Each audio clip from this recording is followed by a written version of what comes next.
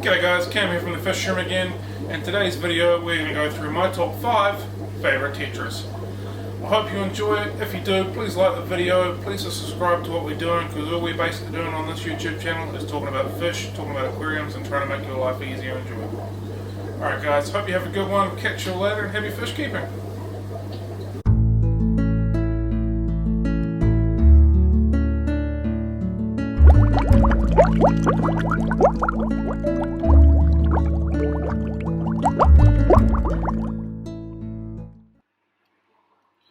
So, number 5 on my top 5 tetras are the Glowlight Tetra. As you can see here, they school really nicely together. They're a nice wee little cluster. I personally think they're really attractive. I really like the orange or ember colour stripe down the edge of them, and I think the way their eyes glow are just phenomenal. I think they're a really nice addition to a community tank.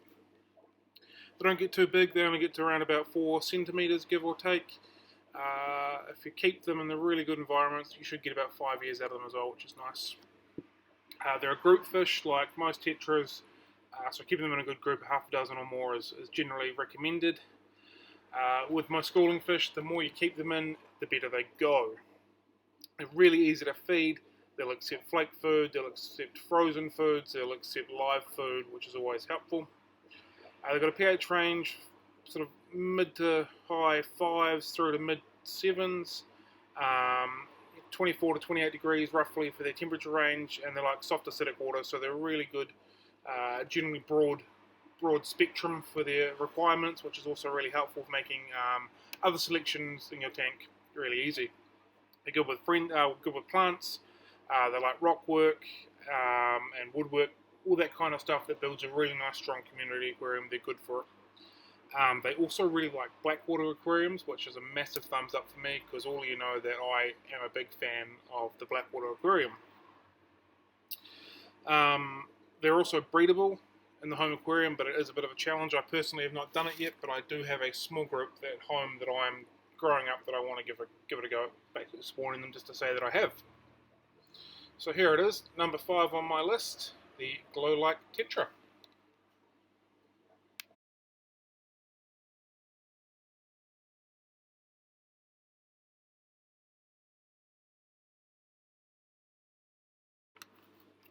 So next, number 4 on my 5 favourite tetras list is the Emperor Tetra.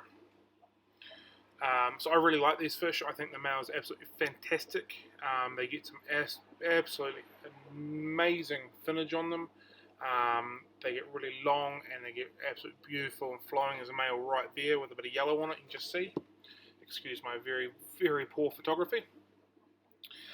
So they get around about 4 centimeters. However, they do look bigger. They get quite big in the body, which I think is also quite cool. I have found they are a little bit nippy in smaller numbers, so you're best to keep them in groups of 10 or more, as opposed to sort of 6 or more. When in smaller numbers, they just get a little bit toey. The males are a little bit, I wouldn't say aggressive, but they do like to defend their own territory.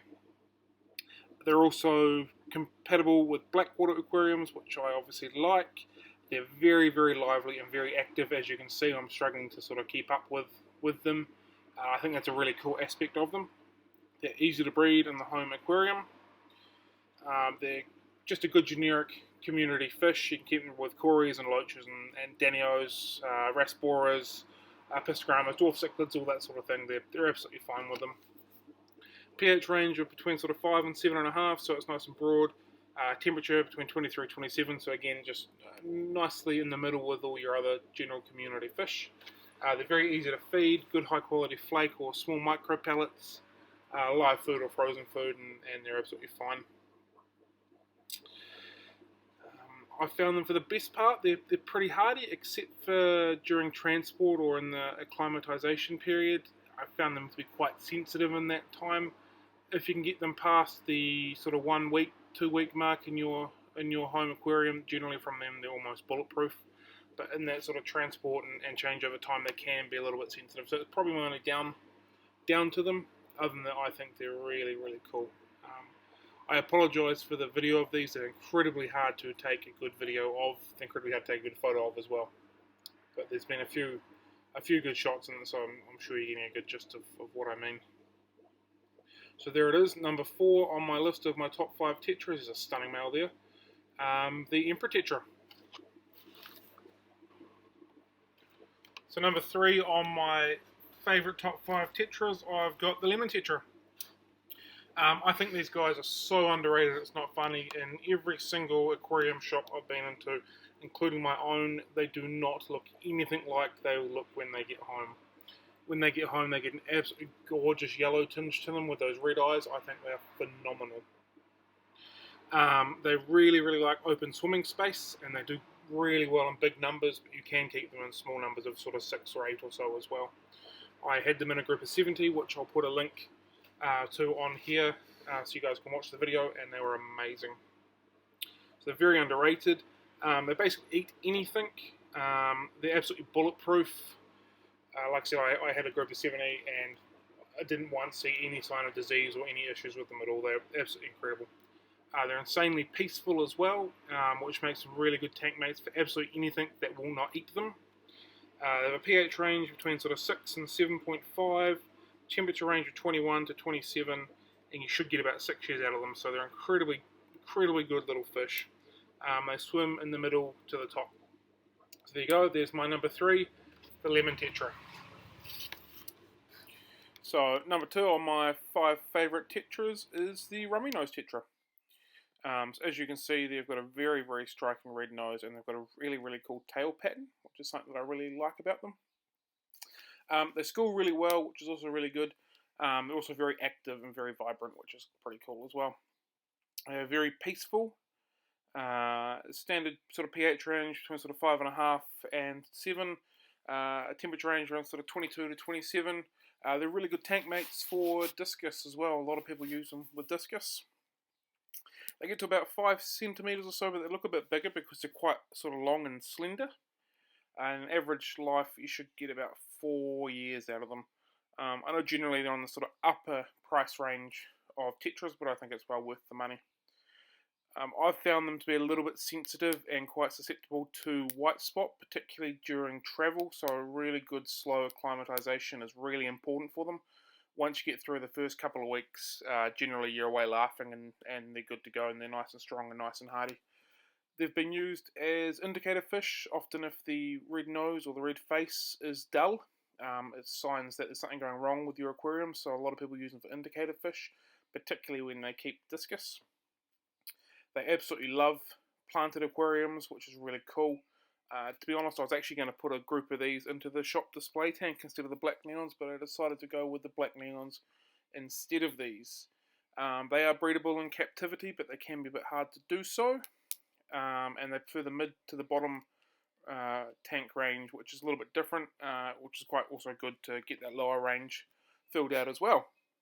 So there we have it, my number 2 on my 5 favourite tetra list, the Rummy Nose Tetra.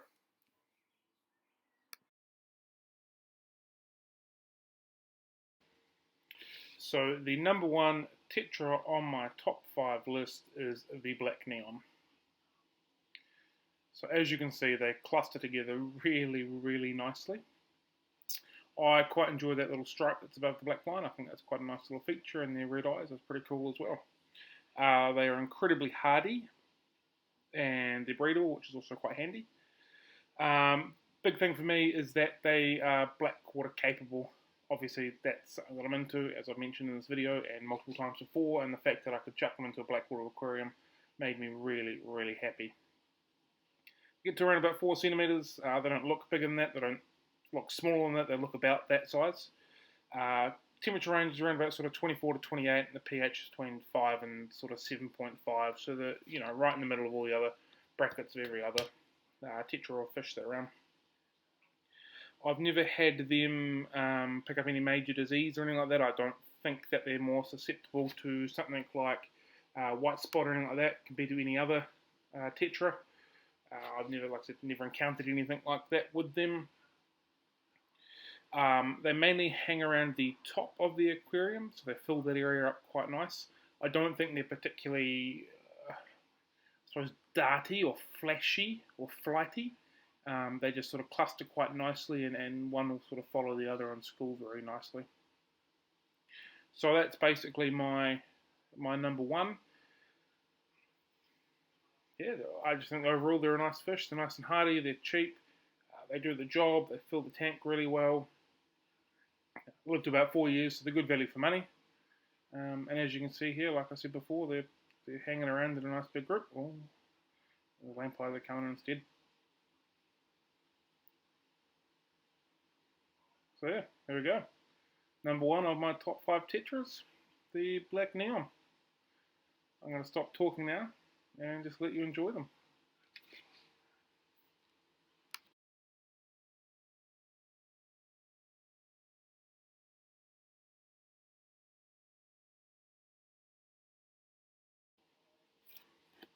Bang, and bonus tetra time. So what list would not be complete when it comes to tetras without the cardinal tetra? For me, the cardinal tetra is like the super sweet big brother of the neon tetra that's always dressed in leather and driving an awesome motorbike. They're incredibly cool. They're significantly more hardy than neons. However, I do find they get white spot fairly easy, particularly when transporting for long distances and long times, and I think that's because they don't really like the temperature change when they get a bit cooler when travelling. Once you get through that sort of period, they're generally really, really easy going. So as you can see, the nice red and blue colour, nice and bright. They're fantastic in planted tanks. I'm actually planning on using them in a planted aquarium really, really soon. I'm going to do an aquascape, nice bright one with these nice bright fish. They like slightly acidic water. They get to about 5 centimetres, sort of 5.5 to 7 pH, and around about the 23 to 27 temperature range. Like I said before, they can get a little bit of white spot if they get too cool, so I'd have them closer to the sort of 27 mark if possible, which also makes them really, really good tank mates for discus, and a lot of people use discus with them. They are breedable, but they're a little bit hard to breed. Well, I'll say a little bit hard. From all accounts, they're quite hard to breed, although there is a fairly good article on the Aquarium World website about breeding them, so have a look at that if you're interested in them. Yeah, I don't really know what else to say about them. They sort of swim towards the mid to the top range of the aquarium. They school really well together. The blue and red contrast quite good against a lot of stuff. Like I said before, the planted aquarium, the contrast in greens, I think they go quite well on that. But yeah, here's just an extra bonus one. I found it really hard not to put them in here. I don't quite know why I didn't put them in my top 5. I didn't, but I just thought I'd give you guys a bonus. So there it is, the bonus tetra in the top 5 list. It's like the bonus ball in Lotto. So there we go. That's my top 5 favourite tetras. As you can see behind me in the little Blackwater display aquarium, I've got my black neons, which is right beside where I work, so I get to see it all the time, which makes me pretty happy as well.